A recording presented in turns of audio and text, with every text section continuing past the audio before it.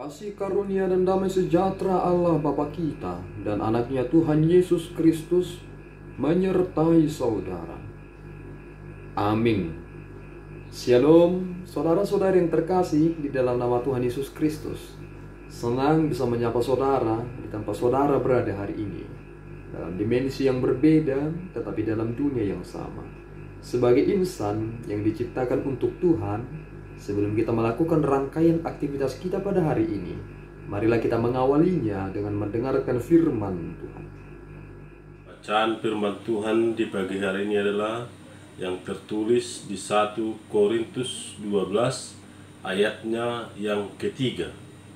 Karena itu aku mau meyakinkan kamu bahwa tidak ada seorang pun yang berkata-kata oleh Roh Allah dapat berkata terkutuklah Yesus, dan tidak ada seorang pun yang dapat mengaku Yesus adalah Tuhan selain oleh Roh Kudus. Demikian pembacaan firman Tuhan.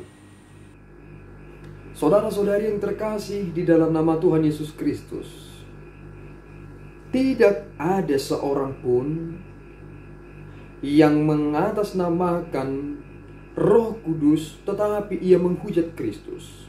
Dan tidak ada seorang pun yang dapat berkata Yesus itu adalah Tuhan jika bukan oleh Roh Kudus.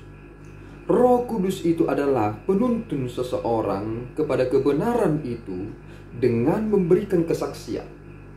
Lihatlah mereka yang dipenuhi oleh Roh Kudus, seperti Stefanus ketika ia akan dibunuh, dilempar dengan batu. Ia bersaksi tentang siapakah Yesus itu. Kesaksian mereka dalam garis besarnya adalah sama. Mereka mengaku adalah Yesus itu adalah Tuhan. Mengapa ini sangat penting?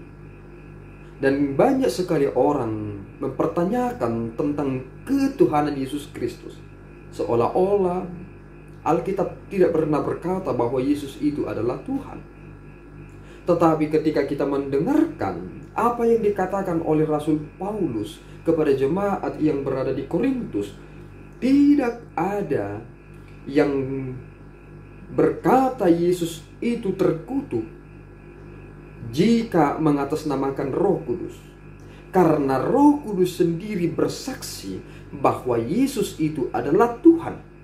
Sehingga jika seseorang mengutuk Kristus, maka tentu sekali di dalam dirinya tidak ada Roh Allah yang menuntun dia untuk menyaksikan kebenaran itu. Apakah Roh Kudus itu pernah bersaksi tentang sesuatu yang salah? Firman Tuhan yang kita dengarkan yang tertulis dalam Alkitab, sebagaimana dikatakan dalam kitab Timotius, segala tulisan yang dituliskan itu adalah yang diilhamkan oleh Roh Kudus. Memang manusia adalah penulis, tetapi sang inisiatif yang memberikan ilham adalah Roh Kudus sendiri.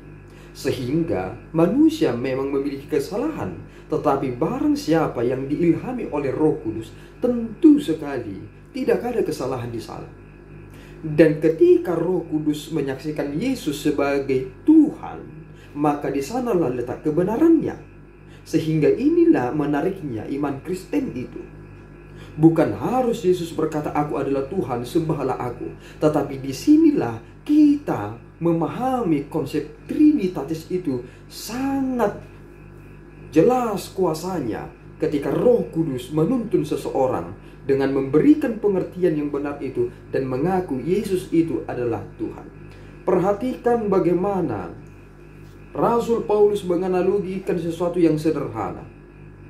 Tanpa berpikir panjang, orang-orang yang berada di luar Allah akan pergi kepada dewa sembahan mereka karena mereka dibutakan oleh pengertian yang benar.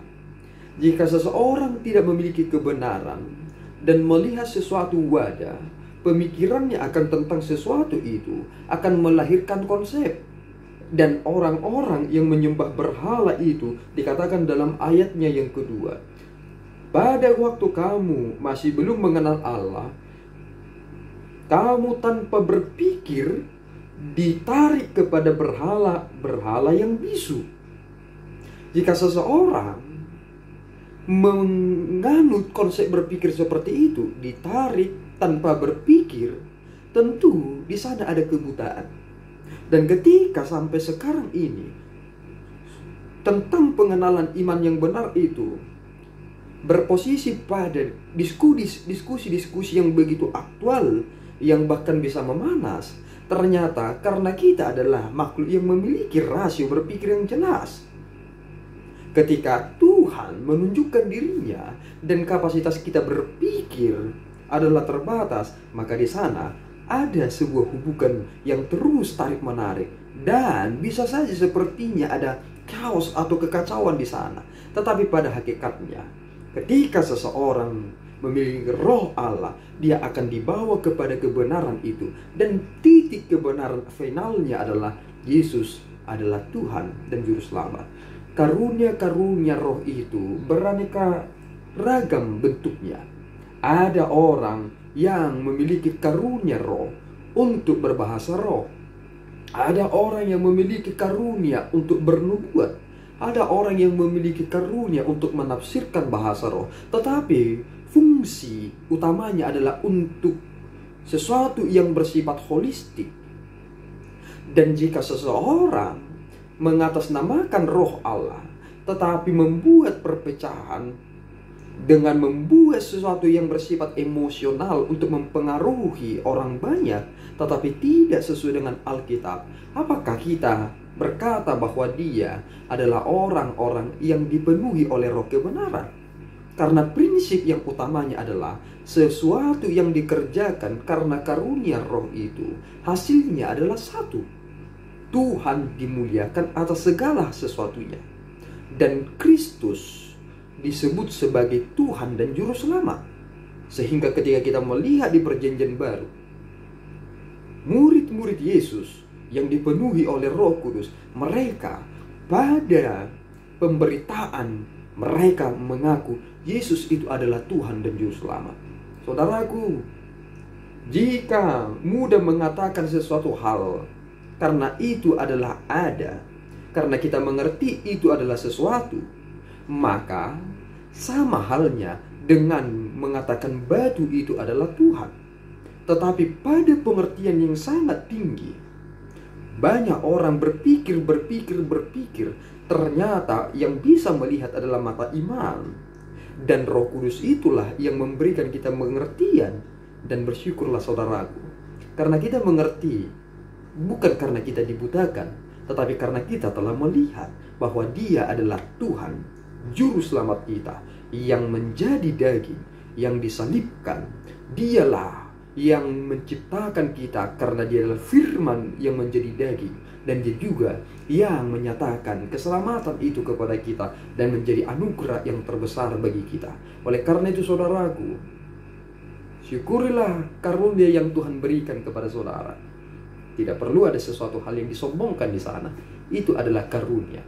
Jika itu adalah karunia, maka titik berangkat kita adalah muliakan Tuhan dengan apa yang telah Tuhan berikan kepada kita. Karena puji hormat adalah untuk kemuliaan Tuhan. Tuhan Yesus memberkati kita berdoa.